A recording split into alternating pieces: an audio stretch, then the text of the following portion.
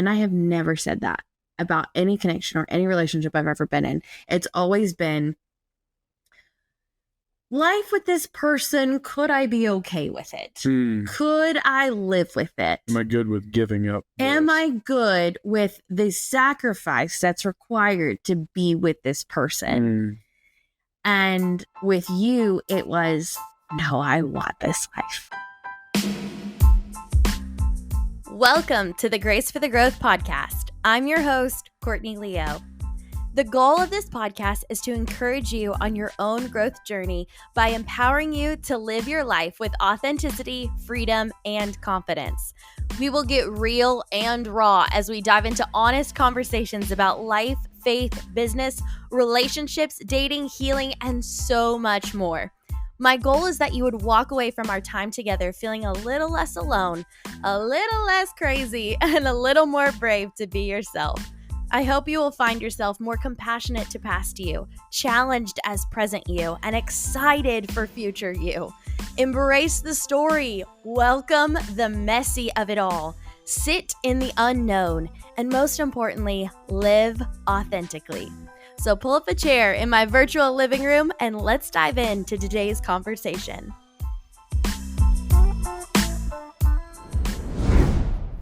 Welcome back to today's episode. We are in yet again a new scene. If you're watching us on YouTube, if you're not watching us on YouTube, you can go click the link right now and watch us on YouTube channel. But we are on the road this weekend, and which feels like it's something we do a lot when we have family in all different cities, and we're living in different cities and planning a wedding in a different city. So we're traveling. So we're coming to you from a whole new spot. So I hope you like it. I mean, I kind of like this seat. Not gonna lie. Yeah, it's pretty cozy. It kind of fits for us. Kind of cozy. Pretty cozy. But anyways, I'm excited to chat today. We left off last episode. There's a lot of things that we covered. So if you are just tuning in, we're in the middle of a series where Nick and I are sharing some behind the scenes about our story.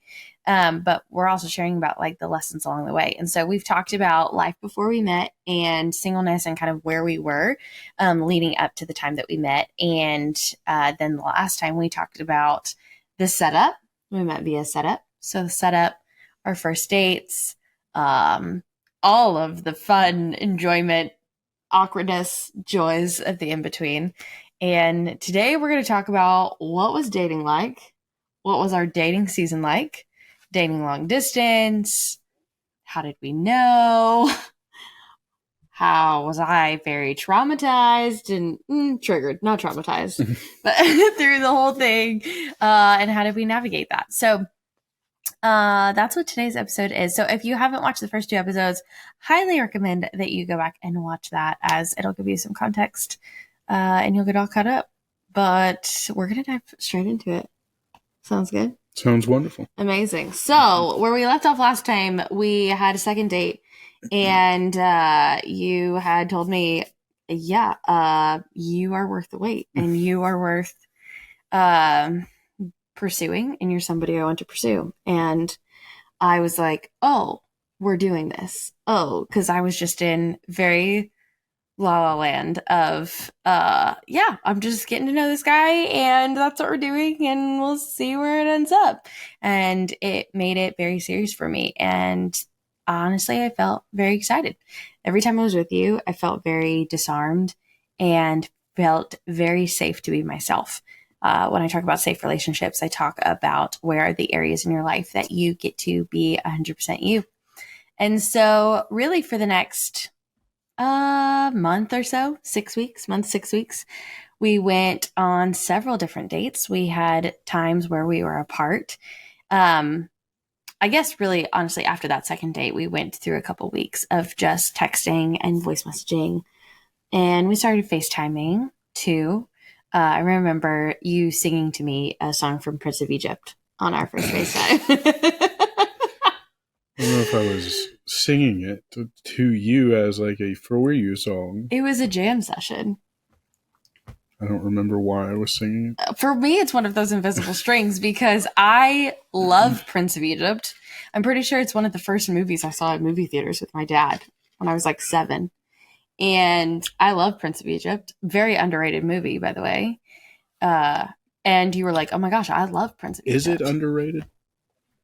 Sorry. I feel No, like it's not. It's pretty extremely adequate. underrated. I feel like it's pretty adequately rated. Yeah. It's underestimated. Oh, it is underestimated. Yeah. DreamWorks came in hot. They came in hot. Hot. A very, very great movie.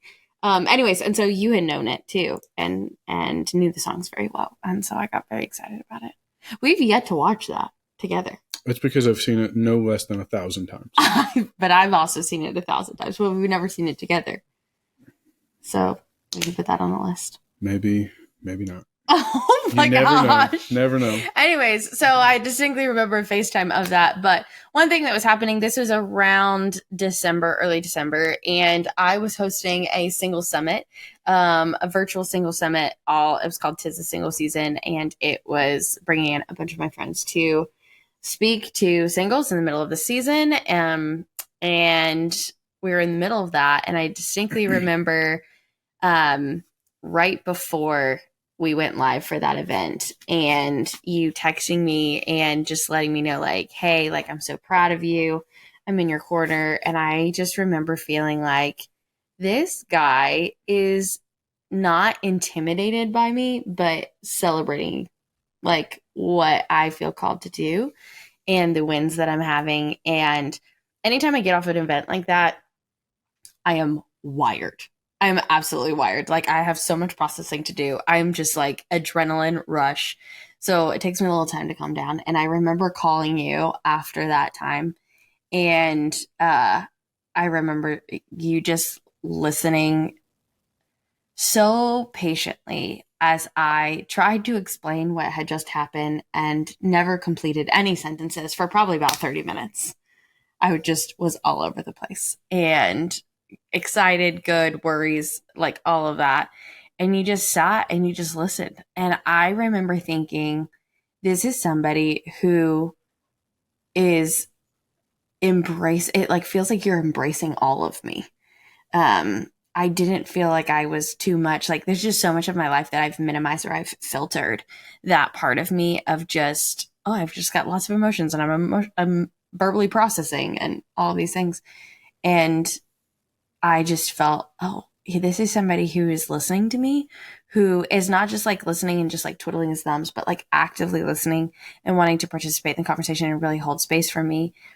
And I remember after that call, this was such a pivotal moment for me.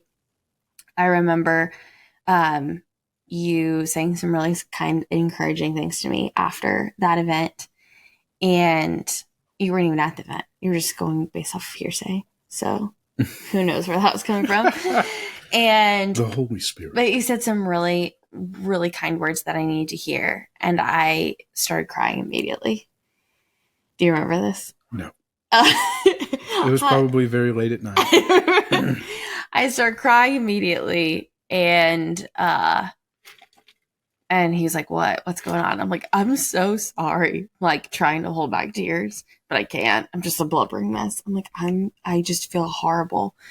And you're like, why? And I was like, because I fully embrace, receive, and believe 95% of all that you're saying to me.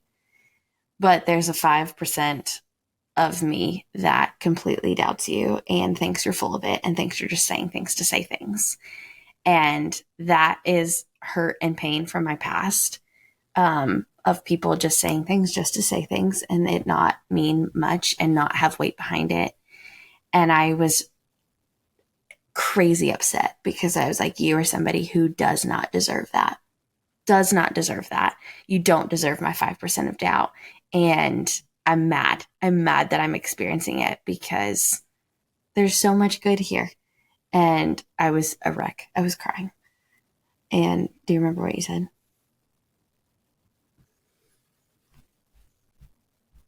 Not necessarily. I can remember what I was doing. Yeah. I remember like exactly what I was doing in the moment. Yeah. But I don't remember.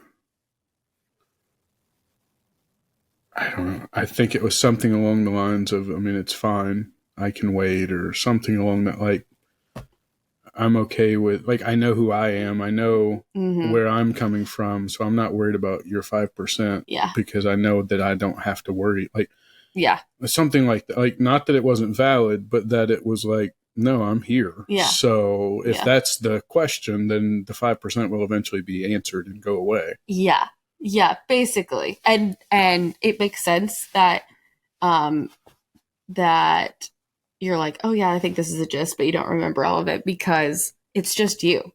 It's just you. But for me, like, it's just who you are. So of course, and now knowing you, like, of course you said that. Yeah. But for me, it was such a salve to my soul of just, I just embraced it and just captured it. Because I told everybody about it. When I told people I was talking to somebody, I was like, let me tell you this story. But yeah, but you, I mean, you essentially said it, that in the middle of my doubt, you said, hey, I know who I am and I know how I feel about you. And I know how I feel about you and that I want to pursue you. I'm confident in who I am. And I don't need today you to 100% be all in yet. That's not going to change how I view you or how I see you. I'm okay with your 5%. And if your 5% is based on not enough trust and not enough time yet, I'm fully confident that we will get there. Yeah. The irony is I didn't remember it, but I knew that's how I would have answered it. Because I would still answer it the same way. Yeah, because it's you. Yeah. That's who you are. You were very confident in where you were. For me, that comment that you made to me was such a moment of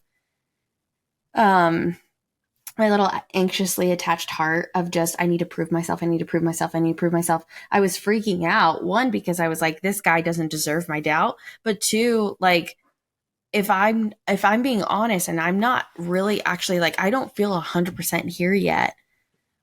Is he going to pull back? Is he going to hold, like, what it, like, my hurt, my pain, and my past is like full of so much like doubt and manipulation and twisting of things. And for him to be like, yeah, girl, like, I'm here.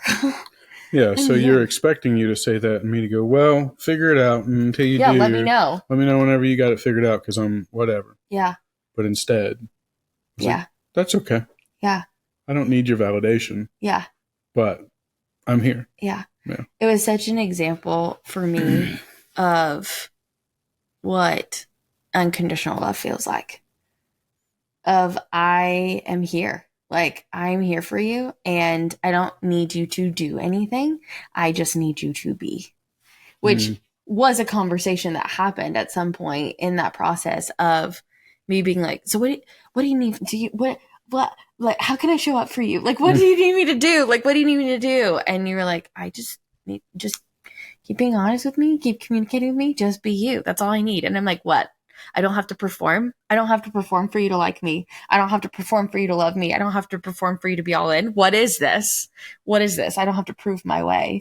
And it was just a new thing that was so healing. And I remember even in those first few weeks saying, this connection, no matter where it goes, is game changing. I will never date the same again, ever. You're right. You won't. And I will not. So, whoops. That's that.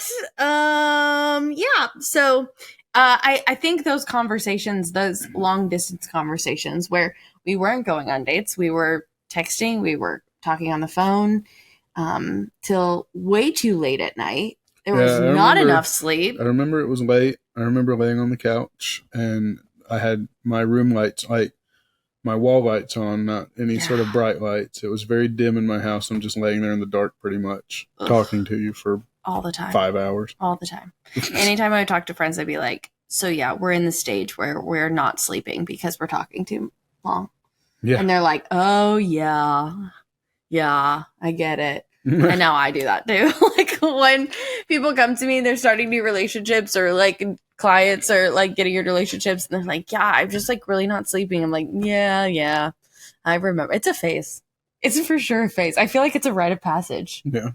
It's probably bad. Maybe we should have better sleep boundaries, but it just was a thing. It was a lot of talking. It wasn't to the detriment of something else in our life. Like we weren't not showing up to work or doing, it'd be different if we were shirking some responsibilities. For sure. I mean, I was just being tired. Yeah. So that's fine. It's okay to do that as long as it doesn't hurt your relationship and your career and where you're supposed to be, Sure.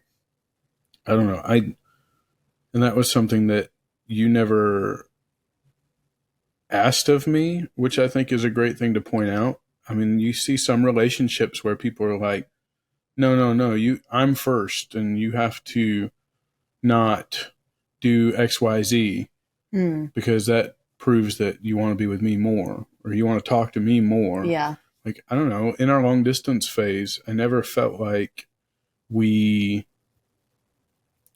had to reach a certain point or a quota of time spent with each other, even via long distance. Like, it was still like, and it did help that you wanted to talk to me. I wanted to talk to you. Yeah, that's beneficial. Yeah. So, I mean, like, at the end of the day, it was, I do want to go home and call you, or I do want to FaceTime, or I want to have a conversation or whatever.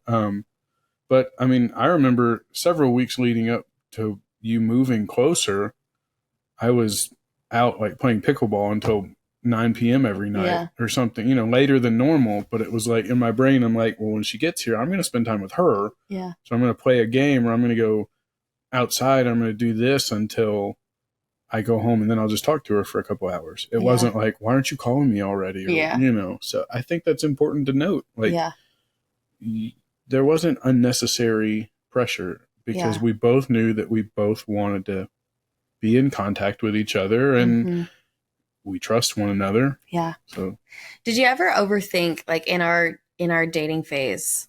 Yes. Did you? All the time. I know. Did you ever overthink, like, how much or how little we're communicating? Because that comes up in a lot in conversations when I'm talking to clients about dating. Is like, oh, I'm talking too much, or oh, I'm talking not enough, or we talk this many nights on the phone. Like, did you ever like process through that, overthink that for you? I don't remember that, but do you feel it? I remember times, which it wasn't often. I mean, well, like, you went to Costa Rica and we were long distance, and I remember thinking and being like, oh, I want to give you time. You're doing stuff there for yourself. And I remember thinking, like, I want to give you as much time as possible to be in those moments. Yeah. And I remember you wanting to be more talkative towards me. Yeah. And I wasn't, like, for a lack of better way to put it, I wasn't at the beck and call. Yeah. Like, I wasn't putting as much effort forth. And I remember one day you were like, I just feel like you don't necessarily want to talk to me right now. And I was like, it's not that. I just want you to be there. I want you to be involved in the moment. Yeah. And so I was trying to do that. Well, now you just got off of a trip where you were in the moment a lot. Yeah. And I was okay with it because I wanted you to be in the moment. But it's funny to me to think of that shift of, like, early on, not saying you needed to be talking to me all the time, but you craved it maybe a little more, or... Oh, I crave it now. I just mean, like, it felt as though it was a little more jarring when you weren't talking to me. Yeah. And so you were like, hey, I know I'm in another country, but let's talk on the phone while I get ready in the morning or something like that. Yeah. And I'm just like, no, like, you be with your people and you do your thing, and I'm here, I'll be here, it's fine. And this last trip you were on, it was more like, hey, I'm alive. It was. And so I remember, like, I had that moment, I was like, man, that's changed. Not in a bad way. Yeah. I'm not upset by it. I wanted you to be in the moment. I wanted you to talk to your people. I wanted you to spend time with your people and get what you needed out of those moments.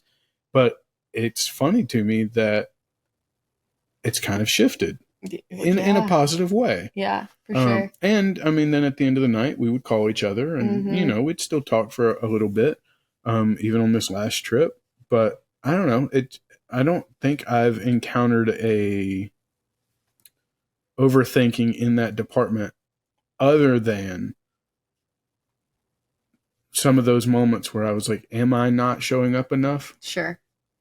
Not that you said I wasn't. Yeah. Not that you even hinted that I wasn't, except for, "Hey, are we good?" Or like, "I just didn't feel like you want to talk to me this morning." And that was, I think, only one time ever that you said those words. For sure. And it wasn't that I didn't want to talk to you. It was that I'm trying to not take you. Yeah. You know, let you be with what you needed to be in.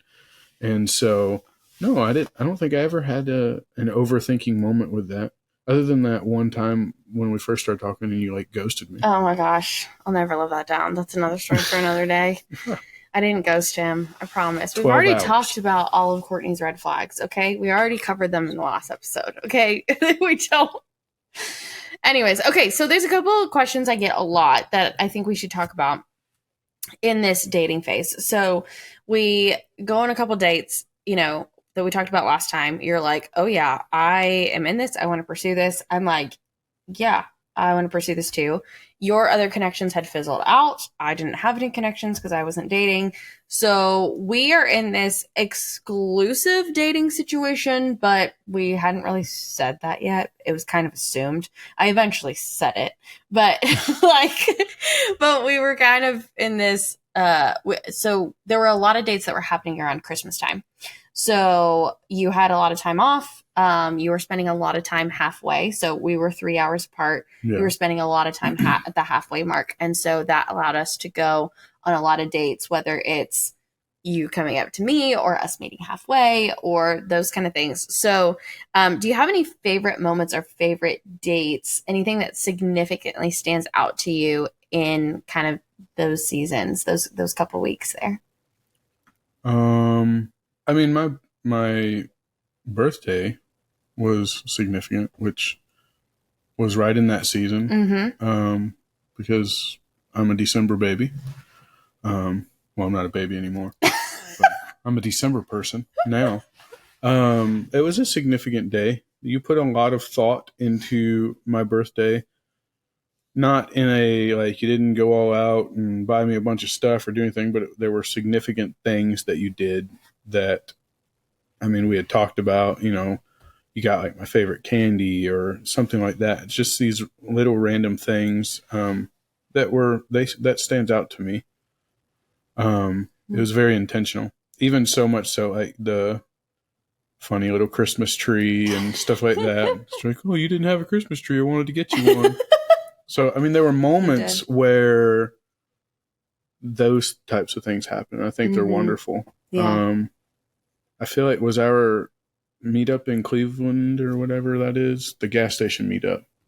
Oh yeah, that was after New Year's. Yeah. Was that after New Year's? Yeah. I know it was a random one. Yeah. That's one of the favorites. Yeah. Let's, I do want to talk about that one. I also want to talk about the before Christmas one. I think the parking lot, in the mall parking lot. Oh, yeah. I don't remember what we did on this. Actually, the purpose of this date was just to have a normal day. Like, it wasn't like we didn't have any crazy, like, things to do or dinners or anything. It was like normal Christmas shopping. You planned the whole thing. Yeah, because you put so much pressure on it. It was in my city, which it wasn't even my city. I didn't live there. Yeah. But I was like, you're like, "What do you want to do?" I'm like, "I don't live here. I don't know Me what I want to either. do." Anyways, okay. So what happens is halfway. It's right before Christmas and we meet halfway. And I remember we went to Trader Joe's. We went, we went to Drake's. We went to Drake's. We went to some last minute Christmas shopping. Yeah, walked around the mall. And we found ourselves. Oh, and then we also like went and saw Christmas lights too. Oh yeah, we drove around. We drove around Christmas lights. Yeah. But we find ourselves in the parking lot of the mall, which is where we had met up. So both of our cars were there. And we're avoiding saying bye to each other, but it's time to do that. And we just sat in the car for a long time.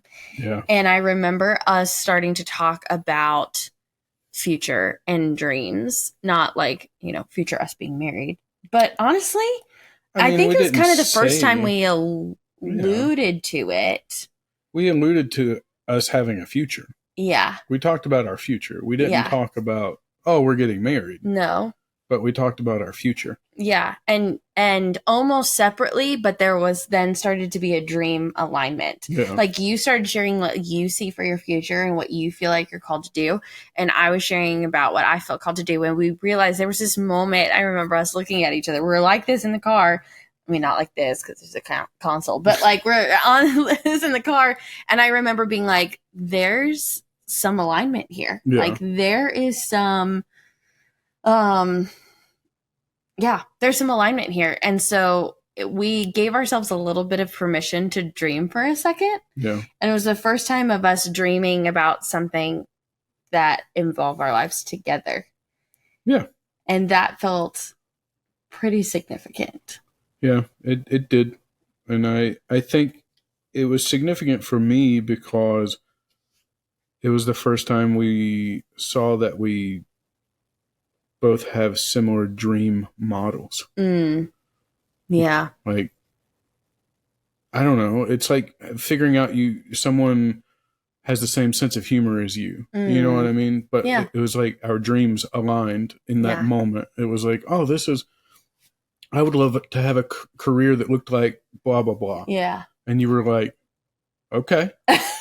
Yeah. Like I feel that. And I was good. Like, okay. And then you said something, I feel like I'm called to do this. And I was like, okay, I can help with that. Like, yes, let's, and we did find that. And so it was like finding dream alignment. Yeah. That's a good way of putting it. Yeah. It was a piece of data. It was, that's interesting. Not that realistically looking back, if you think about the subjects we talked about, sure, I don't know that we will ever achieve those exact things. No, but it was possible, a moment. Very possible. Yeah. But the fact that we were able to meet and find joy, sure, and find hope together, in that thought, that was significant to me. Yeah. Yeah, I think that date segues really well into the next question that I get all the time is, how did you know?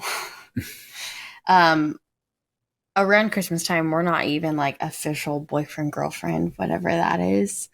But around that time, I did tell you like, hey, like I'm not looking to date anybody else. Like it's you until it's not. And for me, when people ask me, how did you know? When you know, you know.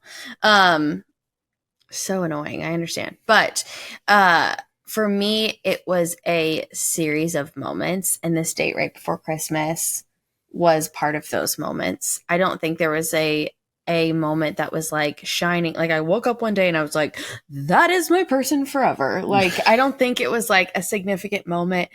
I think it was a series of moments. I specifically remember being in the car with you that day and just being normal, like it not really feel like dating-y. It just felt like life. And I remember, I don't know at what point of the date is, but I felt it, and I got brave enough to ask you how you felt about it. But I remember having this sense in my gut that I think this might be my last Christmas, like without Nick. Like Christmas Day, because we weren't together Christmas Day. We were with families Christmas Day. But I was like, I think this is my last Christmas without him. And that is so scary to say, because as a single, I've said that for years. This might be my last Thanksgiving single. This might be my last Christmas single. This might be my last birthday single. I've said that for so long. Yeah. So long. And I just had this thing in my gut. Like, here's this guy that I've only been on a handful of dates with. But I have this thing in my gut that says, this might be my last Christmas single, or last Christmas without you. Yeah. And I brought it up to you that night. I was like, I don't know how to say this, but I'm just kind of feeling this might be a possibility. What do you think about it? Bomb drop. What do you think about it? And you were very nice. You didn't reject me. No. I didn't. You said, yeah, I think you might be right. Yeah. I don't have a moment that I knew. Yeah. I don't think so. Yeah. I was thinking about it earlier today. Lots of times the way my brain works, if someone asks me a question, if there is a point or a moment or something, it'll immediately pop into my head. Sure. And nothing pops into my head immediately. Mm-mm. But the thing that is in my brain when I think about like, when's the moment you knew, it's not when's the moment that I knew, it's more of when's the moment that I chose. Yeah. Yeah. So, I mean, I can remember moments, just like you said, like you've got all these moments and like, I mean, just in preliminary research of who you are as a person, looking on social media and looking at your life and at least what is on the outside, it's like, wow, this person's pretty amazing. And then you get to know you as an individual and starting to have fun and laugh and cry and hope and dream. You start going through all of these emotions and these moments that are quite significant. And I remember having reaching a precipice of a moment and thinking, yeah, I want to choose you. Like it's the choice. Yeah. You are a person that wants to build me up. You're not a selfish individual. We all have selfish moments, and that's okay because sometimes you have to focus on yourself, but you're not a selfish person.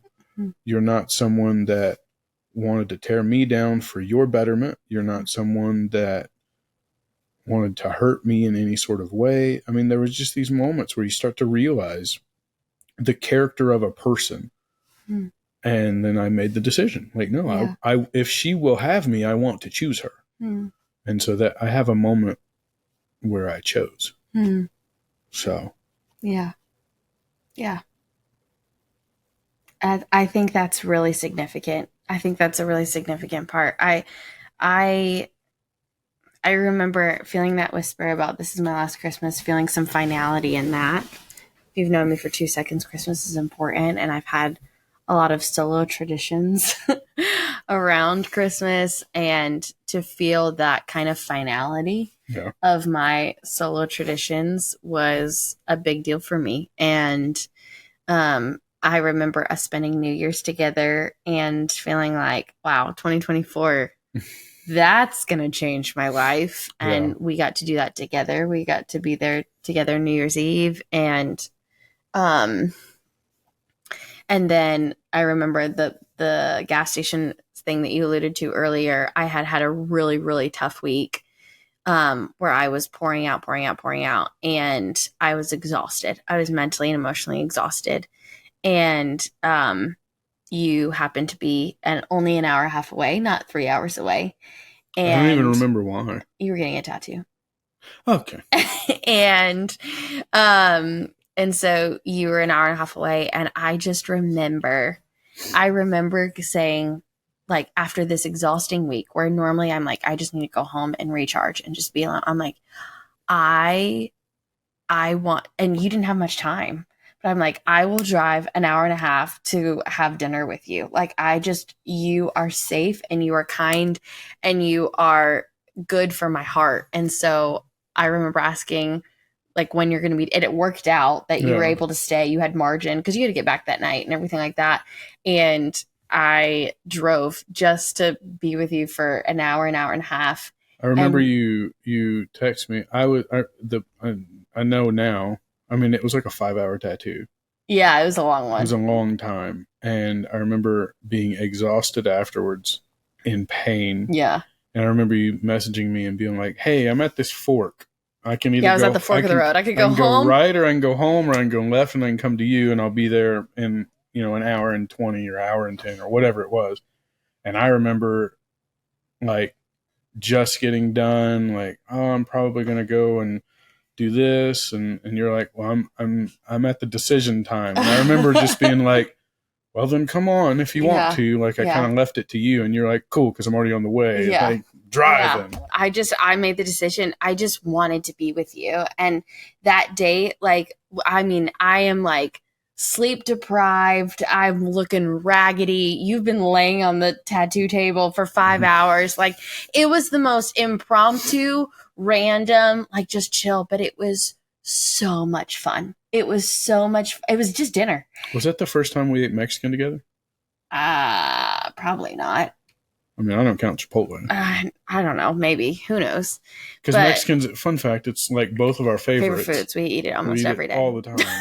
And I think that may have been the first time it might have Mexican been. Food together. I have records of all of our first dates, like for the first 2 months, and then I stopped recording them. But so I can look back at them for sure. But yeah, maybe. Anyways, it was just so much fun, and I remember driving home an hour and a half.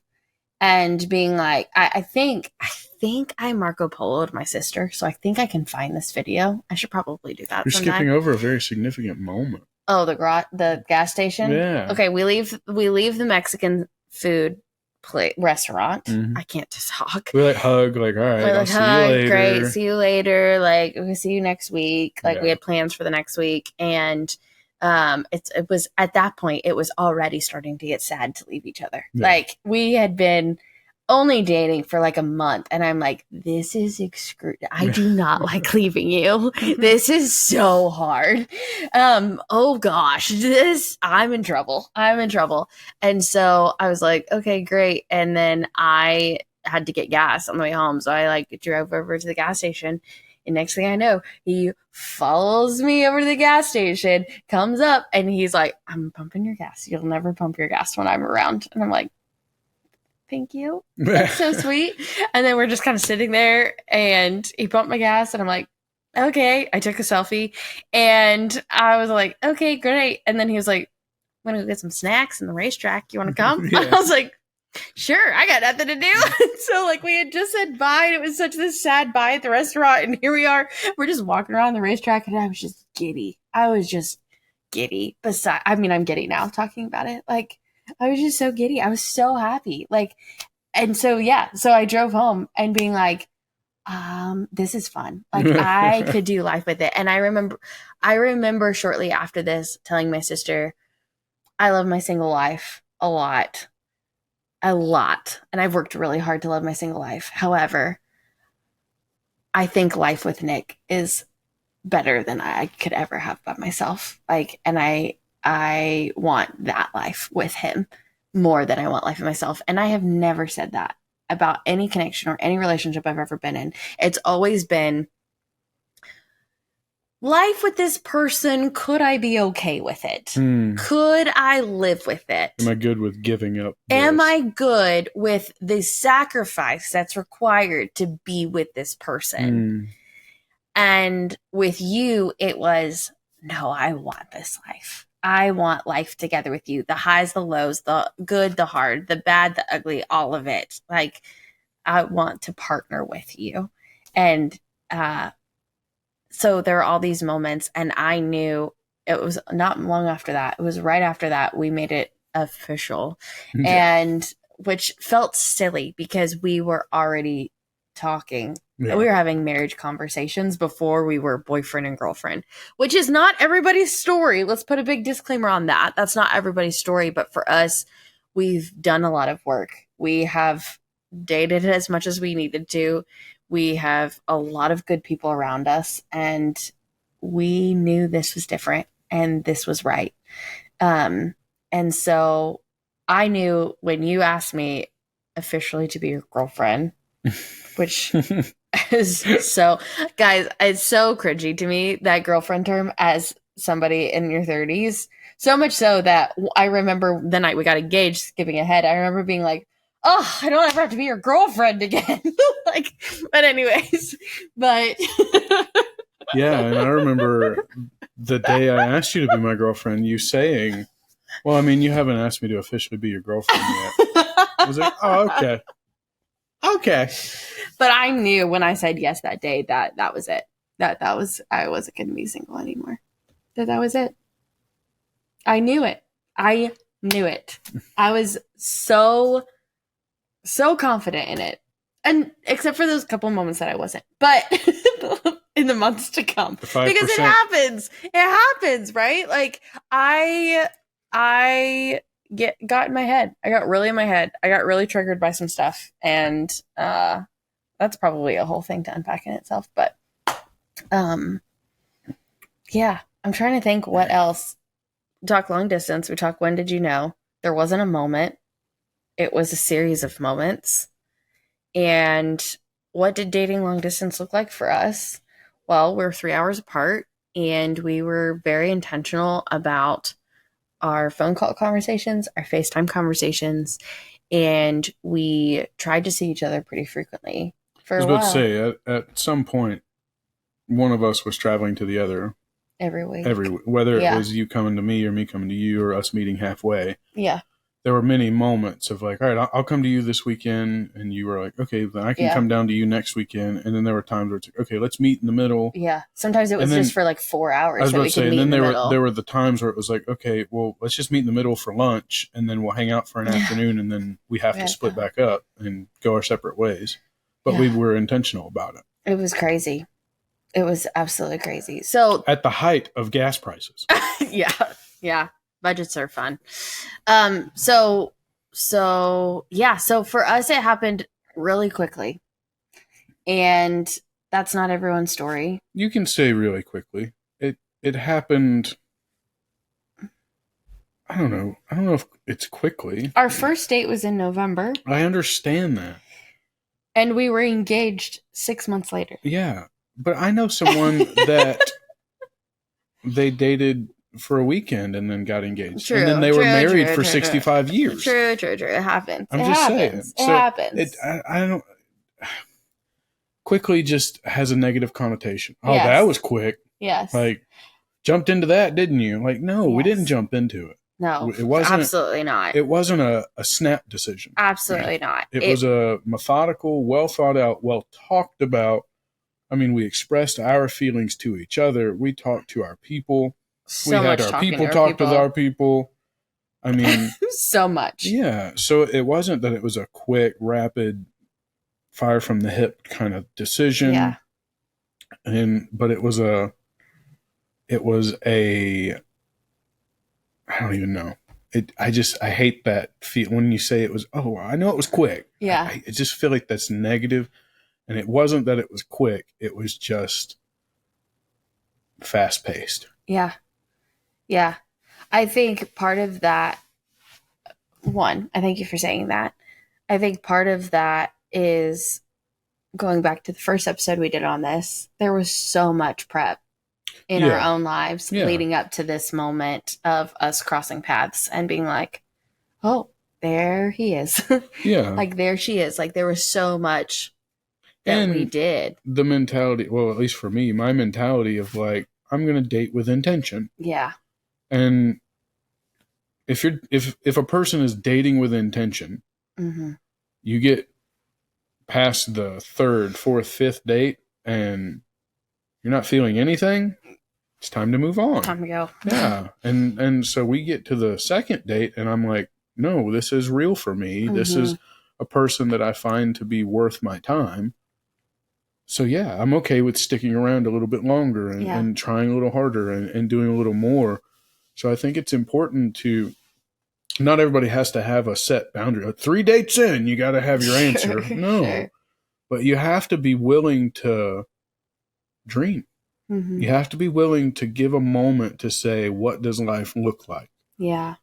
If I look forward, yeah, what does it look like? And I mean, that's not just for relationships. That's with your career. That's with retirement. I mean, if you're not looking ahead to the future, it's with education. Sure. Like, what does it look like? Is it worth my time? Yeah. And that's how I approached beginning relationships and dating, especially this time. It was like, okay, I'm going to date with intention and I'm only going to give people my time that deserve it. Yeah. And there were a couple of people that had my time and that I gave time to. And then, like you said, it fizzled out naturally, which is what I wanted. Nobody, at least to my knowledge, nobody's upset. There could be somebody out there that's like, this guy is the worst. But I didn't do anything. It was inadvertent. inadvertently done if it was. But with you, it was like, no, you're putting in time. You see the merit behind wanting to continue. Yeah. And I did too. So yeah. Yeah, absolutely. Absolutely. I think there's just this, the whole time there was this groundedness and there was this peace. And one thing that I say when I tell this story is that choosing you, I'm so glad you brought up that choosing bit earlier, because I think that's an important thing that I felt. Choosing you was easy.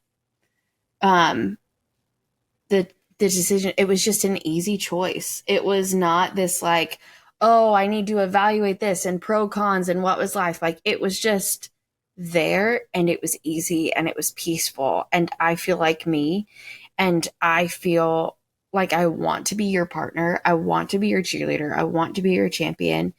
And it was an easy decision. It was easy to choose you as like in a relationship, and then easy when we were having conversations about where is this going. It was very easy to choose you. And I think I remember saying that to you when you told me how you felt about me and that you were falling in love with me. And I remember telling you that I choose you and I want to choose you. And you ever so kindly looked at me and go, yeah, that's love, honey. And I was like, because we had talked about what does love mean and all that stuff. And we had talked about how love is a choice and it's something that you choose every day, because sometimes it's not easy. Yeah. You know, sometimes it's not easy to choose. And I remember being like, I know that I choose you. Like the highs, the lows, I pick you, I choose you, I commit to you. And you're like, that's love, honey. Yeah. It's like, I do think it's important to point out one thing that all of this wasn't. Okay. None of it was perfection. No. Like, no. I feel like we want the TV show or the movie version of love where you find the perfect person. Oh my gosh, they meet all of my needs in every single way. I need everyone to know and understand that person doesn't exist for anyone other than Jesus Christ. Right. I mean, let's just be honest. Yeah. And as believers, that's what we believe. Mm-hmm. But it wasn't perfection. And it's not perfection. No. Even now. No. I mean, we've had conversations recently that very difficult for us to have, but we knew we needed to have them. We knew we needed to address what could be a bigger thing in the future. And no, it's not perfect. No. Not at all. But it's practical and it's worth it. Mm. So, I mean, I don't know, it's like when you go to do a task. If it's a task that's worth doing, you'll do it. Yeah. If it's not worth it, you're going to put it off. You're not going to do work towards it. I mean, it's like a good diet. Yeah. Diets are hard. I know that. Trust me, I get it. But if it's worth trying to do something, you will try at least. Whether you fail or not is one thing. Yeah. Failure doesn't mean you didn't try all the time. Yeah. But if it's worth trying, then you'll do it. And so perfection is unattainable. And we just need to go ahead and take the word perfect or perfection and just set it to the side. Yeah. And say, we understand that is not reasonable. Yeah. So once you know that and you're able to come to terms with that, and people, I mean, just knowing it doesn't help. We have to tell ourselves that. We have to remind ourselves that, like, nope. Courtney's not a perfect human. Yeah. I can't expect you to know how I'm feeling about a certain situation or what's gotten under my skin or what I'm happy about all the time. Like, yeah, it's cool. Like, you can be like, man, you're happy today. And like, what's going on? Sure. But like, I can't expect you to just get it. Yeah. Because you're going to miss the mark sometimes. Yeah, I do. Yeah. And I do too. Yeah. And so, but that's okay. Yeah. And it's okay for me to say, hey, this is where I'm at right now. I know this kind of sucks to hear, but it also kind of sucks to say. Yeah. But this is where I'm at. I don't mean anything by it towards you. I just really wish for us to be able to talk about it. Yeah. And so, yeah, it's not perfect. No. But it's worth it. Yeah. Yeah, absolutely. I think that's a good thing to say because I mean, the easy part of it makes it feel like this could make it feel like it's this like perfect movie fantasy. And Yeah. no, it was not. It was not. It still The isn't. choice was easy. The choice is easy. Yeah. Because of the work that had been done. Yeah. And the decisions we were actively making and the mentality that we have about ourselves and each other. Yeah. Yes, the choice was easy. Yeah. And they continue to choose you even in the moments that it is hard. Yeah. I remember in a past relationship, I remember my mom saying, again, in a past relationship, as I was like navigating some really difficult stuff, I remember her saying to me, Courtney, relationships are hard, but relationships shouldn't be this hard. And that like echoes in my mind all the time. And so with you, when it was like relationships are hard, but choosing you is easy. Yeah. And I think that has been really, really significant. So I think overall, just the themes when I think about our dating season and going from just a couple cute little dates into all a place of like, oh my gosh, we're getting engaged, is just, it was fun. It is fun. Yeah. But it was fun. It was prayerful. There were lots of people and lots of friends involved. And we were having lots of conversations. We were having a lot of hard conversations. But there was a lot of honesty. And I felt like for me, I think in past situations, I have like paced and almost like held myself back because it's been like, don't say things too much, or you don't want to rock the boat too early or whatever. And with you, I was like, no, this is somebody I really want to try with. This is somebody I really feel safe with. This is somebody who I believe in their character, and I believe in your care for me. Your confidence in pursuit of me and partnership with the Lord in pursuit of me made it a safe ground for me to be honest and vulnerable with you. I didn't feel like I had to like hold back or protect myself in that way. And I think that's really beautiful. And so I think that for me is such an indicator of just your character, but also like what I believe healthy relationship is do you feel like you can be yourself? Do you feel like you can be safe? Do you feel like you can communicate? Do you feel like you can be honest? And do you get to have fun? Because also, like, if it's just so serious and you're just in serious conversations all the time, I remember at one point us going, hey, we need to put a timeout on all these serious conversations, like, and let's just be fun. For the next 48 hours, like, we're just going to be goofballs. Like, no talk about anything serious, anything hard, because we had a lot of hard to talk about. We were living 3 hours away. We have different jobs, we have family situations, like there's just so much that we had to navigate and decide on. And you know, how was moving going to work and how was jobs going to work? Like there were just a lot of conversations, and we just had to put some time out sometimes and go, time out on future talk. We're not talking about the future for a little bit, because it was exciting, but also there was moments. So I think just that like safety. Do you feel like you can be yourself, or do you feel like you're overthinking or like trying to like pull back your heart just for whatever sake it is? Like, I think that was just a really beautiful time. I think it still is. It is still a beautiful time. We're having a good time. So amazing. You have any other closing thoughts, things you want to say before we wrap up? No, just that, we're here, episode 3. We're here, episode 3. We just keep telling stories. So drop your questions below if you have questions, if there are things that we didn't get to, didn't address, or brought up questions, whether it's questions about us or questions about your own life. We love to chat about them. We love to answer some questions either here or in the comments or those kind of things. So do that there, and we will be back next episode. I think we're up to engagement. Well, I know we've also wanted to talk about some trauma and some triggers, so we might maybe take a caveat. Yeah, we need to do that for sure. For sure. So absolutely. Maybe the T-squared, traumas and triggers. Traumas and triggers. Come back for traumas and triggers. We love it. Not that we're going to traumatize you or try to trigger you, but we have dealt with in our own lives, separately and together, many different avenues of trauma and triggers. And so, and how does that come up in relationships, and how do you navigate it? Learning to communicate that with each other is still Yes. I mean, we had a conversation literally early today. Literally today. And you said, how does that make you feel with this? And we Yeah. had to, so it's important. Yeah. Navigating trauma-informed relationships is, it's a thing. Yeah. It's a thing for sure. So yeah, we definitely talk about that. That's probably part of the navigating the hard. Yeah. For sure. Yeah. We'll talk about that. Amazing. Well, thanks guys for listening in. If you've listened to, you guys are awesome. And thanks for letting us share our life with you. And we appreciate it, you guys. And we will see you next time. Bye, everybody. Thanks for listening to the Grace for the Growth podcast with Courtney and Leo.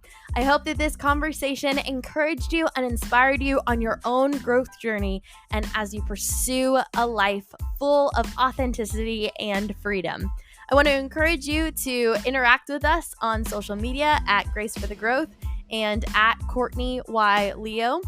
Also, if you've got any ideas, way that these episodes have impacted you or encouraged you, I want to invite you to either DM us or email us at hello@graceforthegrowth.com. Until next time, I challenge you to embrace your story, welcome the messy, sit in the unknown, and live authentically. Bye-bye now.